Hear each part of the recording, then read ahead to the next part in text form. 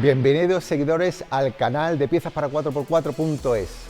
Hoy os traemos un nuevo vídeo que os queremos explicar todas las medidas de una llanta.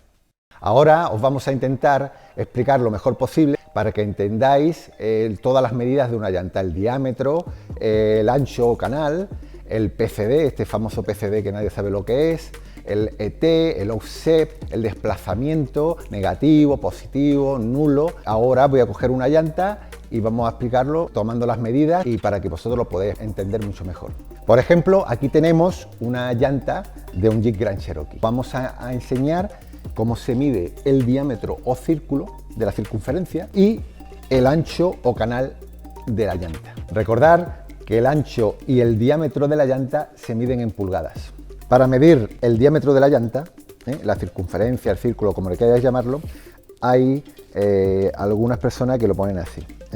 Aquí nos saldría 18,5. No sería la medida correcta. Tener en cuenta que este metro que tengo aquí es en centímetros y lo he traído a posta, pero lo he traído en centímetros y en pulgadas, para que veáis la diferencia. La medida correcta sería donde apoya el neumático hasta el final, que sería 17 pulgadas. Esta llanta tendría un diámetro de 17 pulgadas. Si pasamos al ancho o canal, haríamos lo mismo. Si tú no sabes cómo se mide, pues nos vendríamos aquí y tendrías en centímetros, pues tendría 21 centímetros y en pulgadas algo más de 8 pulgadas. Y para medirlo correctamente sería de pared interna a pared interna de la llanta, del canal. Este sería el ancho y serían 7 pulgadas. Esta sería la forma correcta de medir una llanta. Ahora le toca el turno al PCD, donde se colocan los pernos. Aquí va la distancia. Vamos a ver cómo se mide la distancia de los tornillos que une al buje. El anclaje al buje, llamado PCD o Pitch Circle Diameter, donde se une la llanta al Jeep. Se compone en primer lugar del número de tornillos o tuercas. En este caso son 5. Ese sería el primer número, porque es 5 por no sé cuánto. Ahora cogemos y medimos lo que es la circunferencia y nos da 5 pulgadas. Esto sería 5 por 5. También se puede en milímetros, que sería 5 por 125. Bueno, hay una gran diferencia entre el offset o ET o desplazamiento sobre el backspacing, como dicen los americanos. El backspacing sería la medida total del espacio interior de la llanta. El interior de aquí sería 6,2, 6,3 pulgadas. El desplazamiento de una llanta es uno de los quebraderos más grandes que tenemos a la hora de montarla en nuestro vehículo. ¿Por qué? Porque existe un desplazamiento negativo, positivo o nulo. Esto quiere decir que respecto a la carrocería del vehículo, la llanta quedará más en el interior o más en el exterior. En inglés llamado offset. En alemán viene de la palabra Einprägstiefen. Einprägstiefen es de la palabra Einprägstiefen, por eso viene ET. El ET positivo, ET negativo. Con este mecanismo que hemos desarrollado especialmente en piezas para 4x4, os vamos a explicar en qué consiste el desplazamiento.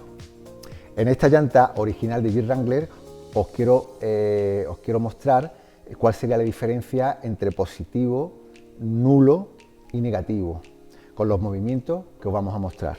Ahora estaría con un desplazamiento positivo. Aquí sería un desplazamiento nulo porque estaría justo en el centro de la llanta y aquí sería un desplazamiento negativo.